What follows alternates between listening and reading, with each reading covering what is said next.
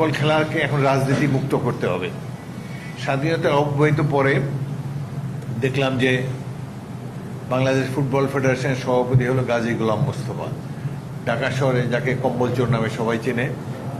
তারা এটা ধরে নিয়েছে যে ঢাকা শহরের আওয়ামী লীগের যিনি সভাপতি তিনি ফুটবল ফেডারেশনের সভাপতি হবেন। গাজী গোলাম মোস্তফা ছিলেন, তারপর মোহাম্মদ হানিফ ছিলেন। মোহাম্মদ হানিফ একদিন আমাকে বলে যে ভাই আমি ফুটবল পছন্দ করি, আমি ক্রিকেটের ফ্যান, আমাকে কেন এখানে দিল? তো সেই কারণে অনিচ্ছা সত্ত্বেও অনেককে ফুটবল ফেডারেশনের দায়িত্ব পালন করতে হয়েছে রাজনৈতিক প্রেসারে। এই অবস্থার অবসান হওয়া উচিত। এখন তাবিদ আওয়ালের মতো ক্রিয়ামোদী এখানে আছে, অন্যান্য খেলায়ও আমি চাই যাতে খেলাধুলার প্রতি জেনুইন আগ্রহ আছে তারা যেন খেলাধুলা পরিচালনা করে।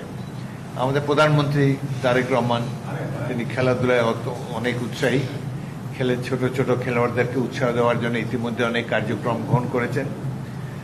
বাংলাদেশের ফুটবল মানচিত্রে যশোর একটা গুরুত্বপূর্ণ স্থানে থাকবে, সর্বোচ্চ স্থানে থাকবে, এটাই আমি কামনা করছি।